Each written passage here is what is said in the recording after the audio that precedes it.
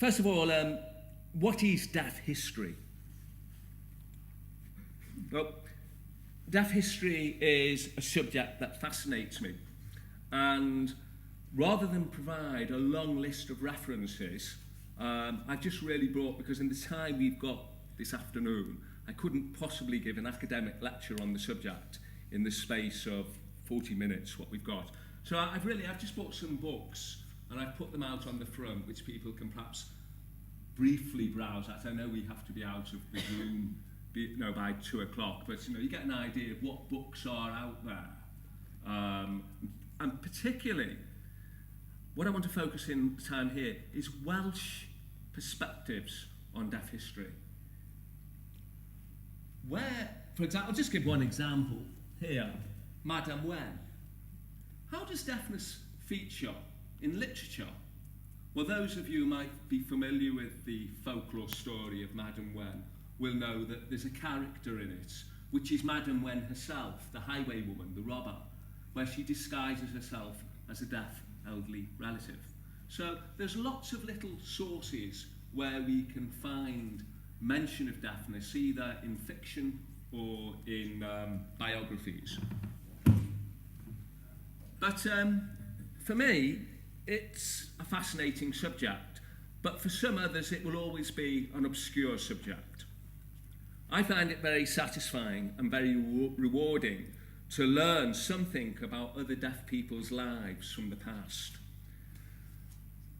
Deaf history interests me personally because of my personal experience of deafness, but also because of my family's experience of deafness. My mother and father both had deaf cousins. My father had a profoundly deaf aunt as well. And from doing family history research, I think, we've not proven, that we had deaf relatives hiding away in the workhouse somewhere. Hidden away, out of sight, out of mind. And also my daughter, she has inherited my deafness as well. Now, because I went deaf aged between 3 and 5, that's why I'm talking to you today, because I've already acquired speech before I lost my hearing. Had I been born deaf, then my speech and pronunciation would be very different indeed.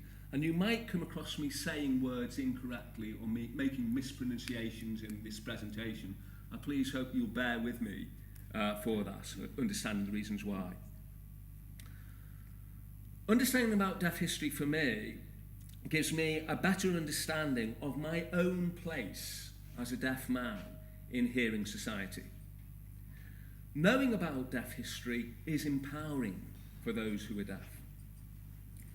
It enables deaf people to unite as a community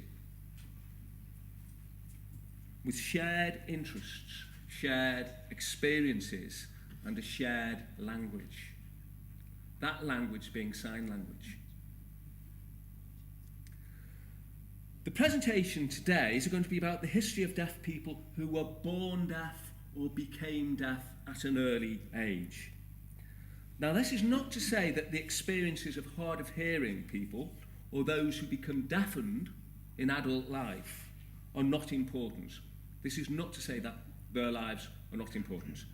They have their story too, but it's beyond the scope of this presentation in the time available to talk about hard of hearing and deafened people.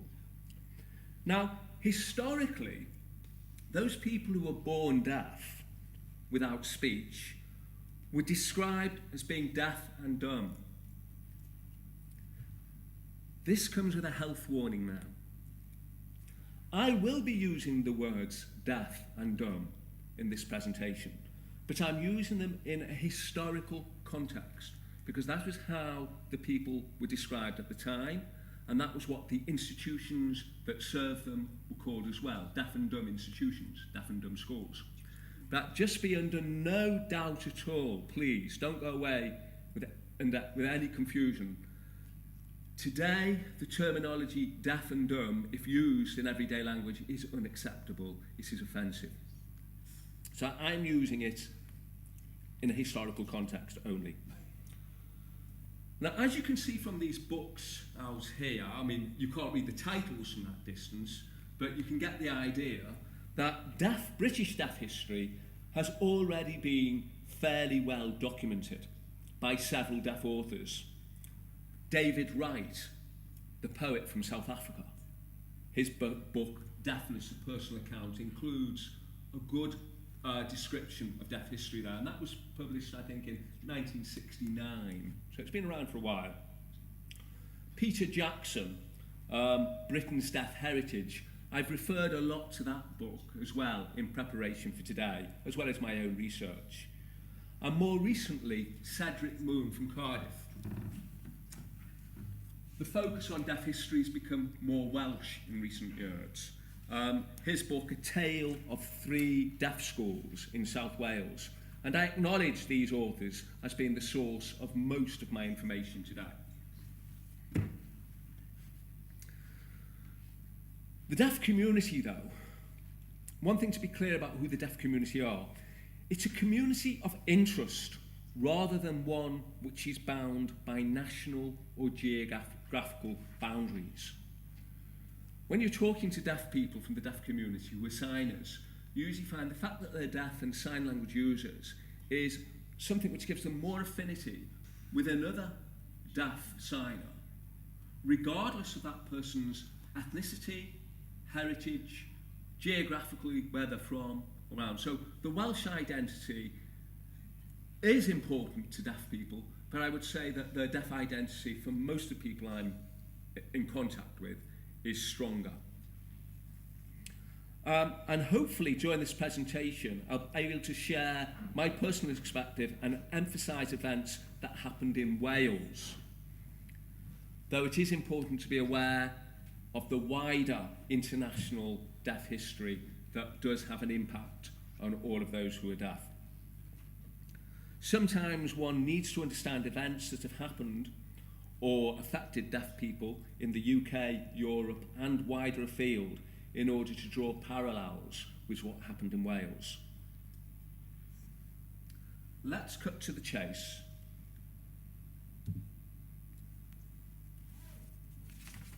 Right, Aristotle. The ancient Greek philosopher Aristotle, he declared that deaf people lacked reason and are uneducatable.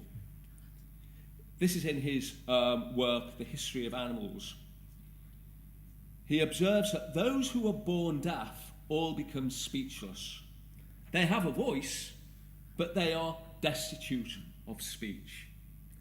Deafness was something which intrigued the ancient Greeks, particularly the ancient Greek philosophers. Socrates and Plato, they also discussed the nature of signs and when did spoken language develop in men.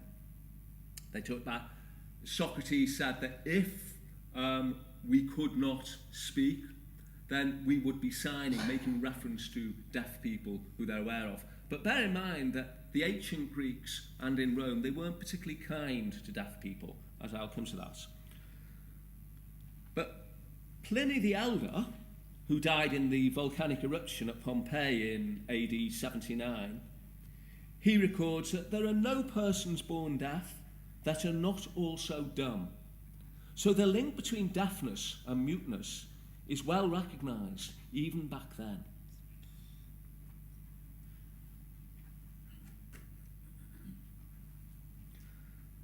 In his work, Natural History, Pliny also describes a deaf youth called Quintus Pedius. Quintus Pedius. And this is the earliest name of a deaf person that has come down to us in history recorded, Quintus Pedius.